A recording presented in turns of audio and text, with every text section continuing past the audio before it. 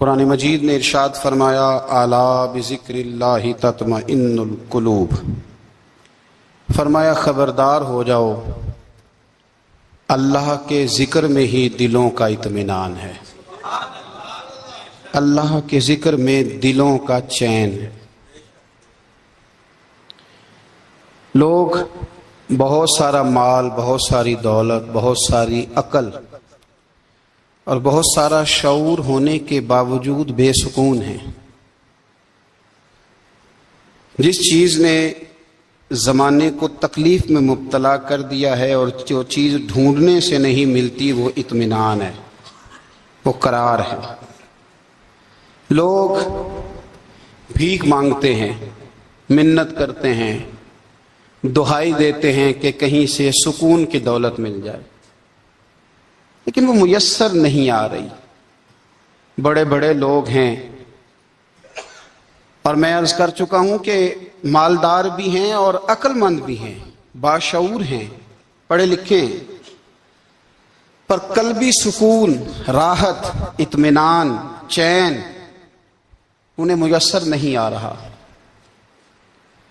راتیں جاگ کر گزر جاتی ہیں، دن آزمائش میں بیت جاتا ہے۔ وہ کبھی اس کے لیے ٹھنڈے علاقوں کا سفر کرتے ہیں، کبھی دوستوں کی مجلسوں میں جا کر کے بیٹھتے ہیں، کبھی گھر سے دور اکیلے میں تنہائی میں وقت گزارنے کی کوشش کرتے ہیں، لیکن دولت سکون ناپید ہوتی ہے، میسر نہیں آتی۔ عرش کا رب فرماتا ہے کیوں تو بھٹکتا پھرتا ہے، کیوں دائیں بائیں جاتا ہے، چپ کر کے مسجد آ جا اور لوگوں سے بچ کے تنہائی میں میرا ذکر کر۔ اللہ ملے گا کیا؟ فرمایا اعلیٰ بذکر اللہ تطمئن القلوب، میں تیرے بے چین دل کو چین عطا کر دوں گا۔ وہ تیرا تڑپتا اور پھڑکتا ہوا مزاج، اسے میں سکون کی دولت دوں گا۔ یہ تجھے کہیں اور نہیں ملے گا، یہ میری یاد میں ملے گا۔ یہ چین، قرار، سکون تجھے یہیں میسر آئے گا۔ اطمینان قلبی زندگی کا حسن ہے بھائی، دولت سکون اصل ہے۔ بڑے ٹھنڈے کمرے میں کچھ لوگوں کو نیند نہیں آتی، اور دادا صاحب رحمت اللہ علیہ آپ جائیں تو دونوں سڑکوں کے بیچ جو فٹ پاتھ ہے نا، اس پہ بھی کچھ لوگ سوئے ہوتے ہیں۔ ادھر سے بھی گاڑیاں گزرتی ہیں، ادھر سے بھی گاڑیاں گزرتی ہیں، لیکن بس نیند ہے نا، اللہ کا فضل ہے، اس نے دے دی ہے، آنے والوں کو آ گئی ہے۔ اطمینان قلبی، میرا معاشرہ بے سکون ہے، بے قرار ہے۔ مجھے کچھ لوگ کہتے ہیں جی میں آج کل بڑا بور ہو رہا ہوں، تو میں کہتا ہوں یار ہمیں تو ٹائم ہی نہیں ملا آج تک بور ہونے کا، نہیں وقت ہی نہیں اتنا میسر آیا، کون سا ٹائم نکالے جس میں بندہ بور ہو؟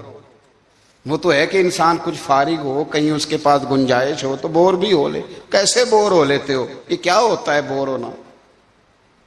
زندگی میں اتنا وقت ہی کہاں ہے کہ انسان بور ہوتا پھرے اور یہ تصور بناتا پھرے کہ میں بڑی آزمائش میں ہوں، تو میں بڑے بور ہو رہا ہوں، تو میں بڑی تکلیف میں ہوں۔ تو وقت بہت زیادہ ہے ہمارے پاس، لایانی کاموں میں ضائع بڑا ہوتا ہے، تو ہم بور ہوتے ہیں، پریشان ہوتے ہیں۔ اللہ فرماتے ہیں یہ جو میری یاد ہے نا، لیکن اس کا بھی ایک طریقہ ہے یاد کا، اس طریقے سے اگر میرے رسول کریم علیہ السلام نے فرمایا اللہ کا ذکر اس طرح کرنا کہ دیکھنے والا تمہیں دیوانہ سمجھے، لوگ سمجھیں کہ کوئی مجنون ہے، کوئی جنونی ہے، کوئی پاگل ہے۔ یہاں اللہ تعالیٰ معاف کرے، آپ ذکر کی مجلس چھیڑیں، آپ ناز شریف کی مجلس چھیڑیں تو بہت سارے لوگ پروفیسر بن جاتے ہیں، وہ ساری نہیں ہلاتے، ان کی زبان ہی حرکت میں نہیں آتی۔ حالانکہ رب کریم کا ذکر اس طرح کرو کہ دیکھنے والا تمہیں دیوانہ سمجھے، کہیں اور کھونے کی ضرورت ہی نہیں۔ میرے حبیب گویا ہمیں فرماتے ہیں تو رب کے ذکر میں اس طرح کھو جا کہ تجھے دنیا کا خیال ہی نہ رہے، تجھے پھر دنیا کی ہوش نہ رہے۔ لیکن اگر نماز میں بھی خیال غیر آئے، ذکر میں بھی توجہ کہیں اور ہو، زندگی میں وہ عجیب لمحہ تھا، وہ میرے ساتھ تھا اور میں تنہا تھا۔ اگر ماحول یہ ہو کہ آپ کہیں جسم کے ساتھ تو موجود ہوں، روح موجود نہ ہو، تو پھر لذت ذکر بھی میسر نہیں آتی، پھر کیف نہیں حاصل ہوتا۔ یاد رکھیں کہ اس طرح کھو کے رب کی یاد کہاں سے کیف آئے گا؟ الجھ ہی پڑا گئے ہیں، وہ مستی، وہ سرور، وہ کیف جو اللہ کے ذکر میں ہوتا تھا، جو کبھی مرشد کامل کے سامنے بیٹھ کر لوگ اللہ اللہ کرتے تھے تو لگتا یہ تھا کہ یہ یہاں ہیں ہی نہیں، یہ تو کہیں اور چلے گئے ہیں، یہاں موجود ہی نہیں۔ لیکن اب وہ موج نہیں، وہ شوق نہیں، وہ درد نہیں، وہ زیب نہیں۔ اقبال تڑپ کے کہا کرتے تھے خیرت کی گتھیاں سلجھا چکا ہوں، یا رب مجھے صاحب جنوں کر دے، اللہ مہربانی فرما، وہ کیفیت دے، وہ سرور دے۔ زندگی میں اگر اطمینان چاہتے ہو تو کبھی کبھی سب کچھ بھول کے نا تو مست ہو جایا کرو رب کی یاد میں۔ کبھی کبھی چھوڑ دیں دنیا، چھوڑیں یار موبائل، کسی وقت کریں اس کو بند، چھوڑیں اس بات کا خیال کہ فلانے نے سلوٹ کیا ہے کہ نہیں کی، چھوڑیں۔ حضرت باجزید بستامی رحمت اللہ تعالی علیہ فرماتے میں نے اعتکاف کبھی اپنی مسجد میں نہیں کیا، یہ کہ سارے ہی ہاتھ چومنے والے، سارے ہی پیار کرنے والے۔ فرماتے میں جب اعتکاف کرتا تھا تو میں بستام سے دور نکل جاتا تھا جہاں کوئی مجھے جاننے والا نہ ہو۔ اٹھ بلیا چل اوتھے وسیے جتھے وس دینی سارے ینے، نہ کوئی ساڈی ذات پچھانے تے نہ کوئی سانو مننے، چل ادھر چلیں۔ اٹھ بلیا چل اوتھے وسیے جتھے وس دینی سارے ہی انے، نہ کوئی ساڈی ذات پچھانے تے نہ کوئی سانو۔ اتنا شوق ہے سلوٹ کرانے کا، اتنا شوق ہے تعارف کرانے کا، اتنا شوق ہے اپنا بتانے کا، تو یہ چیز غلبہ کر جاتی ہے، پھر نام رہ جاتا ہے، روح نہیں رہتی، پھر وجود رہ جاتا ہے، پھر باطن کی کیفیت نہیں رہتی۔ خدا را اپنے آپ کو بے چین نہ کرو، بے قرار نہ کرو، بے سکون نہ کرو، رب کی یاد میں آ جاؤ، درود و سلام میں آ جاؤ، نعت کے حسن میں آؤ، تلاوت کی دنیا میں آؤ، سجدوں کے نور میں آؤ۔ آؤ کبھی کھول کے دل مسجد کی صفائیاں کریں، آؤ نہ کبھی کوئی بوڑھا، دادی، نانی، دادا، ان کے پاس بیٹھ کے پیر دبا کے اللہ کو راضی کریں۔ یہ کیف والی جگہ ہیں، یہ سرور والی جگہ۔ اتنی بے چین ہماری زندگی ہے، بے قرار ہے، تڑپتے ہوئے لوگ، لڑتے ہوئے لوگ، ایسے لگتا ہے اب ایک دوسرے کا گریبان تھام لیں گے، بے قرار، بے چین۔ کسی کو انتظار کا کہا جانا کہ 10-20 منٹ کسی کا انتظار کرو تو بعض لوگ مجھے ایسے لگتا ہے جیسے یہ ان کا کلیجہ پھٹ جائے گا، ڈاکٹر کے انتظار میں بیٹھے ہیں تو بڑے پریشان ہیں۔ کسی کو ملنے گئے ہیں کو آدھا گھنٹہ بیٹھنا پڑ گیا تو بڑی دقت میں ہے۔ اپنے آپ کو سکون دیں۔ آپ یقین کریں بڑا مزہ آتا ہے کبھی کسی کا انتظار کرنا پڑے تو 2-4 تسبیح درود شریف پڑھی جاتی ہے، یعنی ذوق بن جاتا ہے کہ چلو اللہ نے موقع دیا ہے، کوئی سرکار کو یاد کر لیں، تنہائی مل گئی۔ ہمارا مزاج جس سختی کا شکار ہے وہ سختی آہستہ آہستہ ہمیں زیادہ آزمائش میں ڈال گئی۔ تو میرے بھائی زندگی میں اطمینان حسن ہے، اور وہ سب سے زیادہ اللہ کی یاد میں ملتا ہے، وہ سب سے زیادہ رب کریم کے ذکر میں، سب سے زیادہ جو چاہتا ہے نا دل ٹھنڈا رہے، زبان میٹھی رہے، وہ مدینے والے محبوب پہ درود و سلام پڑھا کرے، وہ حضور پہ درود و سلام پڑھا کرے، زبان میٹھی رہے گی۔ میرا ذاتی تجربہ ہے کہ جو آدمی اپنے اخلاق سنوارنا چاہے وہ حضور پہ درود شریف پڑھے، جو اپنے اخلاق سنوارنا چاہے، طبیعت کو ٹھنڈا رکھنا چاہے، وہ درود شریف پڑھے، اس کا دل سکون میں آئے گا۔ کچھ کام اور ہیں زندگی میں اطمینان کے لیے، ان کا ہونا بھی بڑا ضروری ہے۔ سب سے پہلے اگر آپ چاہتے ہیں نا زندگی میں سکون ہو تو حقیقتوں کا سامنا کرنا سیکھیں، آپ جو ہیں وہ رہنا سیکھیں، جو آپ نہیں ہیں وہ بننے کی کوشش نہ کریں۔ حقیقت کا سامنا کرو گے تو زندگی اطمینان میں آ جائے گی۔ ہم نے نا بہانے بنا لیے ہیں، ہیلے بنا لیے، جھوٹ کے سہارے اپنے آپ کو اونچا کر لیا۔ ایک آدمی سے کہا جاتا ہے تو رشوت نہ لے تو کہتا ہے میں غریبوں سے نہیں لیتا۔ تو میرا سوال یہ ہے کہ امیروں کا حساب لینے کی اللہ نے تیری ڈیوٹی لگائی ہے، تیرے ذمہ لگایا ہے کہ تو امیروں کا حساب کر، تمہیں کیا ضرورت پڑی ہے؟ ہم نا بہانہ کرتے ہیں، رشوت لینے والے کا الگ بہانہ ہے اور سفارش والے کا الگ بہانہ ہے۔ حقیقت کا سامنا کریں، حقیقت کا، جو میرے ذمہ داریاں ہیں وہ میں نے پوری کرنی، جو آپ کی ذمہ داریاں ہیں وہ آپ جان نہ چھڑائیں، حقیقت پسند بنے میرے رسول کریم۔ پھر پڑھیے درود شریف صلی اللہ تعالی علیہ وسلم۔ حضور صلی اللہ علیہ وسلم نے فرمایا کہ میری بیٹی سیدہ فاطمہ الزہرا رضی اللہ تعالی عنہا صرف جنتی نہیں، جنتی عورتوں کی سردار ہے۔ لیکن حضور نے یہ بھی فرمایا کہ فاطمہ یہ خیال رکھنا اگر اللہ نے حساب پوچھا تو حساب تم نے خود دینا ہے. دنیا داروں سے امیدیں وابستہ کرنا، لوگوں کے پیچھے، یہ چھوڑ دیں. آپ بے چین رہیں گے، بے قرار رہیں گے. اللہ والوں سے ضرور امیدیں وابستہ کریں، اس لیے کہ ان کے پاس جو کچھ ہوتا ہے وہ دراصل رب کا ہی ہوتا ہے. لیکن سیٹھوں سے، نوابوں سے، سیاستدانوں سے باز آ جائیں. ہماری بڑی امیدیں وابستہ ہیں. میں اکثر کہتا ہوں جتنے پھیرے نوکری کے لیے دنیا دار کے دروازے پہ لگائے ہیں نا، اس سے کم دفعہ مسجد میں نفل پڑے ہوتے تو رب اتنی بڑی مہربانی فرما دیتا. تیسری بات یہ یاد رکھیں، اگر سکون لینا چاہتے ہیں نا، اگر سکون لینا چاہتے ہو نا تو لوگوں کو ڈسکس کرنا بند کر دو. کس کو اللہ نے کتنے پیسے دیے ہیں وہ جانے اور اللہ جانے، کس کو اللہ نے کتنی گاڑیاں دی ہیں وہ جانے، اور لوگوں کو ڈسکس کرنا.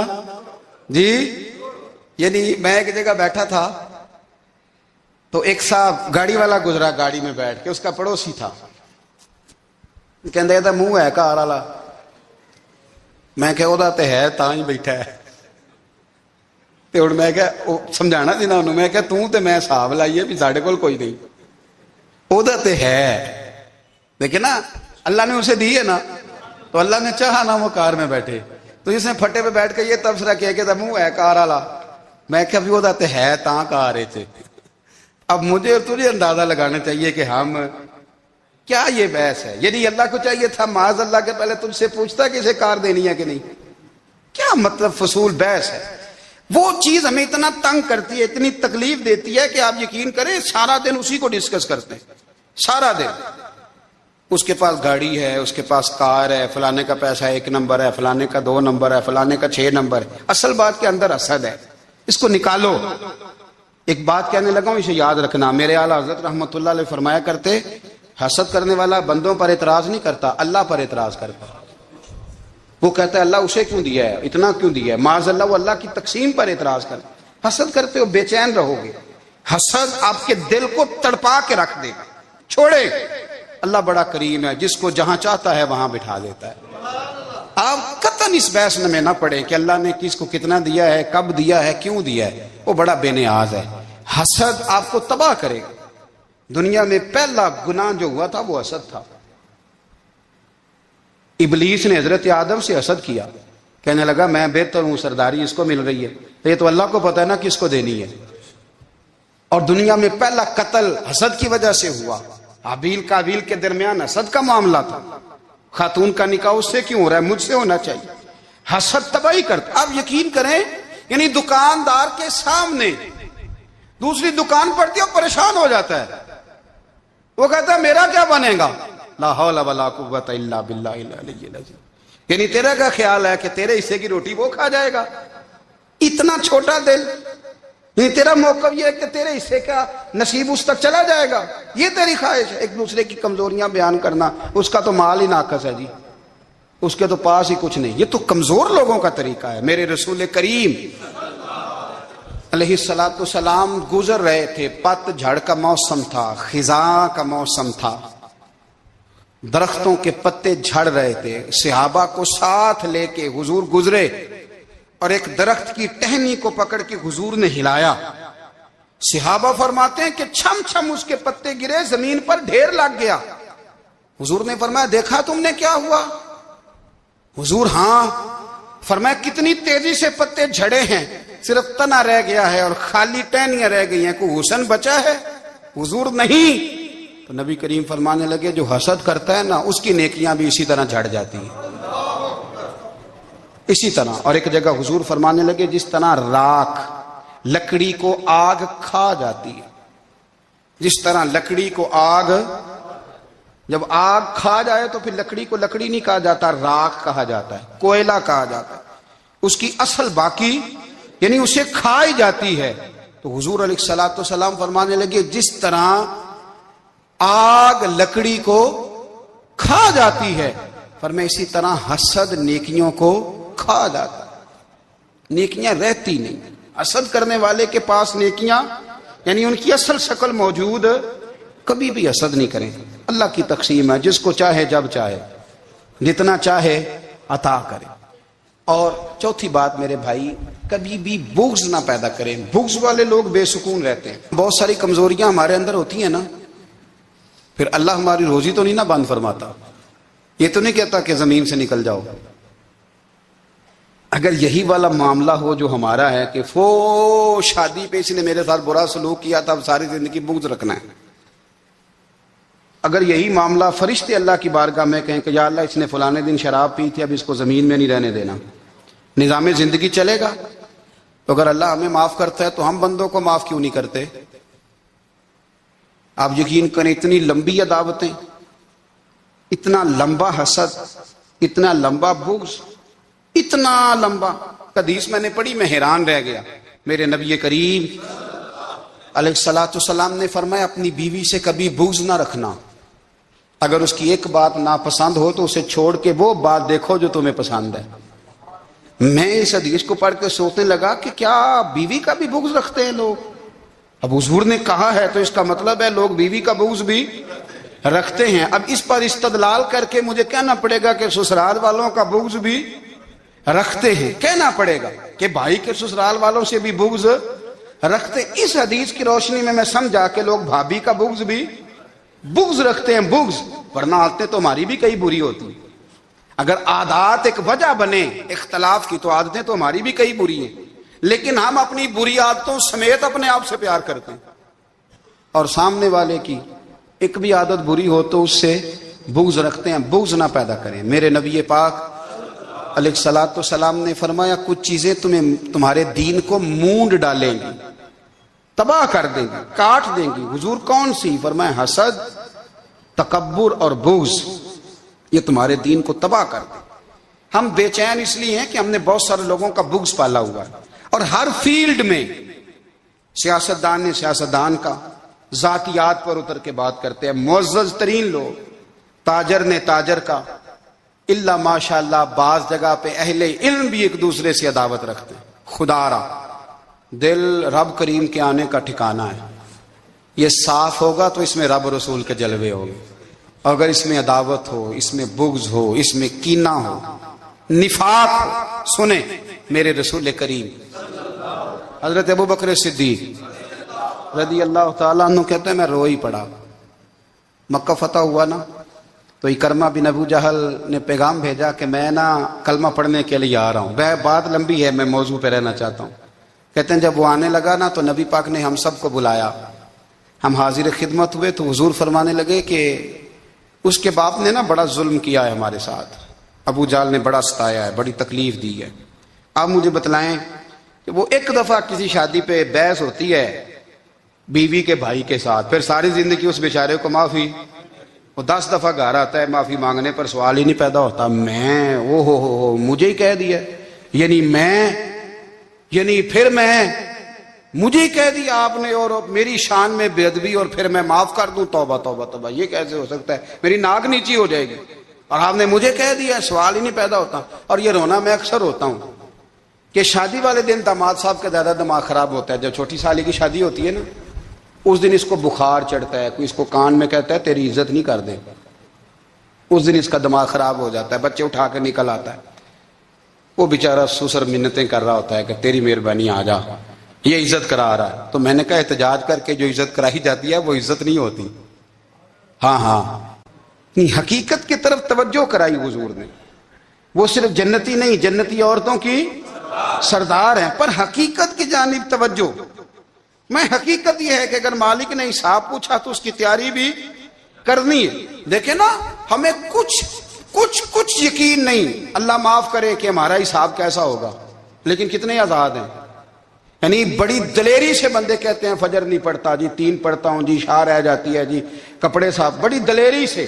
اور سیدہ فاطمہ الزہرا نے ساری رات مصلی باندھ رکھا ہے، حالانکہ انہیں یقین تھا کہ رب مجھے بغیر حساب کتاب جنت دے گا. حقیقت کا سامنا کریں. جو حقوق آپ کے ہیں وہ آپ نے ادا کرنے، جو ذمہ داریاں ہیں وہ ذمہ داریاں ہیں. دیکھیں نا، حضرت موسیٰ کلیم اللہ علیہ السلام کے پاس اسرائیل روح نکالنے آئے تو حضرت موسیٰ نے تھپڑ مارا، آنکھ نکال دی. واپس گئے، اللہ انہوں نے تو جلال فرمایا ہے. کہا موسیٰ علیہ السلام سے کہیے بیل کی پشت پر ہاتھ رکھیں، جتنے بال ان کے دستے مبارک کے نیچے آئیں گے اتنے 1000 سال ان کی عمر بڑھا دی جائے گی. یعنی میرے کان میں کوئی بتا دے کہ جناب 60 سال بڑھ گئی، یا آپ کے کان میں کوئی کہہ دے تو خوشی ہوتی ہے کہ نہیں؟ لیکن یہ حقیقت پسندی نہیں، اس لیے کہ 60 بھی گزر جائیں گے، 70 بھی، یہ حقیقت نہیں. حضرت موسیٰ کلیم، چلے میں مثال دیتا ہوں، سمجھ لے 10 بال، حالانکہ بہت زیادہ آتے ہوں گے، 10 بال اگر حضرت موسیٰ کے ہاتھ کے نیچے آئے تو 10,000 سال تو عمر بڑھ گئی نا. 10 یعنی 10 سال نہیں، 10 نہیں، 10 بہت زیادہ تھی نا. تو حضرت موسیٰ کلیم اللہ علیہ السلام سے آ کے عرض کیا گیا، حضور بیل کی پشت پر ہاتھ رکھیں، جتنے آپ کے ہاتھ کے نیچے بال آئیں گے اتنے 1000 سال عمر بڑھ جائے گی. تو حضرت موسیٰ نے حقیقت پسندی والی بات کی. فرمایا پھر کیا ہوگا؟ 10,000 سال کے بعد پھر کیا ہوگا؟ کہ حضور جانا تو پھر بھی ہے. فرمایا پھر ابھی چلتے ہیں. اگر جانا ہے نا، جانا ہے تو پھر، اگر جانا ہے تو پھر ابھی. اور سجنوں اگر نماز پڑھنی ہے تو ابھی کیوں نہیں؟ اگر داڑھی رکھنی ہے تو پھر رمضان کا انتظار کیوں کریں؟ ابھی کیوں نہیں؟ اگر سچ بولنا ہے تو پھر، اگر رزق حلال کھانا ہے تو پھر انتظار کا ہے. حقیقت ہوتی ہے، بہانہ ہوتا ہے. حقیقت چھپ نہیں سکتی بناوٹ کے اصولوں سے، کیونکہ خوشبو آ نہیں سکتی کبھی کاغذ کے پھولوں سے. یہ بات یاد رکھیں. اگر جانا ہے تو حضرت کلیم فرمانے لگے پھر 10,000 سال کے بعد بھی جانا ہے تو آج بھی. ہمیں بے قراری زندگی میں اس لیے کہ ہم حقیقت پسند نہیں، ہم بہانوں میں، ہم ہواؤں میں جیتے ہیں، ہواؤں میں، خیالات میں زندگی گزارتے ہیں. بڑا ٹائم پڑا ہے، مثلاً کتنا میرے رسول کریم صلی اللہ تعالی علیہ وآلہ وسلم نے ایک دن صحابہ سے فرمایا تمہیں حیا نہیں آتی؟ حضور کیا ہوا؟ فرمایا وہ والے مکان بناتے ہو جن میں تم رہ نہیں سکتے، وہ والا مال جمع کرتے ہو جو کھا نہیں سکتے، حیا نہیں آتی؟ عرض کی حضور حکم کریں. تو محبوب فرمانے لگے جوتے کا ایک تسمہ بند کرتا ہوں تو سوچتا ہوں دوسرا بند کرنے سے پہلے موت آ جائے گی. ایک سانس اندر جاتی ہے تو دوسرا آنے سے پہلے میں یاد کرتا ہوں کہ مجھے دنیا سے جانا ہے. تمہیں حیا نہیں آتی؟ وہ مکان بناتے ہو جن میں رہ ہی نہیں سکتے، وہ مال جمع کرتے ہو جو کھا. حقیقت پسند نہیں بھائی. ہم بہت سارے لوگ ہیں بڑی باتیں سناتے ہیں، بڑی، میں کہتا ہوں اصل میں نا زیادہ باتیں سنا کے نا بیچارہ اپنے آپ کو مطمئن کرنا چاہتا ہے. اصل بات یہ ہے کہ اندر سے نا ہلا ہوا ہے، کچھ بھی نہیں، بڑا زیادہ ہنستا ہے اور مجھے لگتا ہے کہ کوئی گہرا زخم چھپا رہا ہے. اس لیے ملمہ سازی، حقیقت پسند بنو، حقیقت پسند. یاد رکھنا من ترک صلاۃ متعمدا فقد کفر. میرے رسول نے حقیقت بیان کی. فرمایا جس نے ایک نماز بھی جان بوجھ کے چھوڑی اس نے رب کے رب ہونے کا انکار کیا، اس نے کفران نعمت کیا. یہ حقیقت ہے، کوئی کلیریفیکیشن نہیں، کوئی وضاحت نہیں. جو نماز نہیں پڑھتا، جھوٹ بولتا ہے، غلط بیانی کرتا ہے. جو شخص رزق حرام کما کے کہتا ہے کہ اس کے بغیر گزارا نہیں چلتا، وہ جھوٹ بولتا ہے. اس لیے کہ رب فرماتا ہے جب تجھے پیدا کیا ہے تو تیرا رزق میرے ذمہ ہے. اللہ فرماتا ہے کہ لا یکلف اللہ نفسا الا وسعها، میں کسی پر وہ بوجھ نہیں ڈالتا جو اٹھا نہ سکے. نماز فرض کیا اس کا مطلب ہے ہم پڑھنے کے قابل ہیں. اس نے ہمارے ذمہ داریاں لگائی ہیں تو مطلب یہ ہے کہ ہم ذمہ داریاں ادا کرنے کے قابل ہیں. ورنہ وہ کہتا ہے میں وہ بوجھ ڈالتا ہی نہیں جو تجھ سے اٹھایا نہ جائے. اگر چاہتے ہو کہ زندگی میں اطمینان ملے تو خدا را حقیقت پسند والی زندگی گزارو. یہ فضاؤں میں زندہ رہنا، ہواؤں میں، اللہ بڑا معاف کرنے والا ہے، اللہ بڑا کریم ہے، معاف کر دے گا. تو بھئی یہ بات صحابہ کو بھی پتا تھی، یہ اہل بیت کو بھی خبر تھی. تو وہ تو ایک ایک بات کا لحاظ کرتے تھے. یہ غوث اعظم کو بھی پتا تھی، یہ ان کے والد کو بھی پتا تھی جنہوں نے کسی کا ایک سیب کھا لیا تھا تو 12 سال اس کے گھر میں نوکری کرتے رہے. انہیں نہیں پتا تھا اللہ بڑا کریم ہے، معاف کر دے گا، ایک سیب ہی ہے نا. تو حقیقت پسندی آپ کو سکون دے گی. اور اگر آپ نے اپنے آپ کو غیر مطمئن کیا ہوا ہے، بات کچھ اور ہے، اور آپ نے اپنے آپ کو ڈال کسی اور طرف لیا ہے، تو پھر آپ کو سکون مل سکتا. سکون حقیقت پسندی میں، اصل میں سکون ہوتا ہے، اداکاری میں سکون نہیں ہوتا. تیسری بات سنیں، اگر آپ چاہتے ہیں زندگی میں مطمئن رہیں تو دنیا داروں سے امیدیں توڑ دیں، اللہ اور اس کے رسول سے امید وابستہ کریں، اولیاء اللہ سے امیدیں وابستہ کریں، صحابہ اور اہل بیت سے امیدیں، اللہ اور اللہ والوں سے امیدیں، دنیا داروں سے امیدیں۔ آپ کو پتا ہے دنیا دار کی تباہی کب ہوتی ہے؟ جب انہیں خوشامدی مل جاتا ہے۔ چودھری کا بیڑا اس وقت غرق ہوتا ہے جب اسے چودھری کہنے والے زیادہ ہو جاتے ہیں۔ سیٹھ صاحب اور نواب صاحب بیچارے تباہ تب ہوتے ہیں بھولے پن میں، جب ان کے دائیں بائیں ریلا ہوتا ہے سیٹھ صاحب کہنے کا، لوگ انہیں کھانا چاہتے ہیں، پیار ان کا نہیں ہوتا، ان کی جیب کا ہوتا ہے، محبت ان سے نہیں ہوتی، ان کی کرسی سے ہوتی ہے، ضروریات کا پیار ہوتا ہے، تباہ کر دیا جاتا ہے۔ ہماری ساری توقعات دنیا داروں سے وابستہ ہو گئی ہیں، ناراض نہ ہونا۔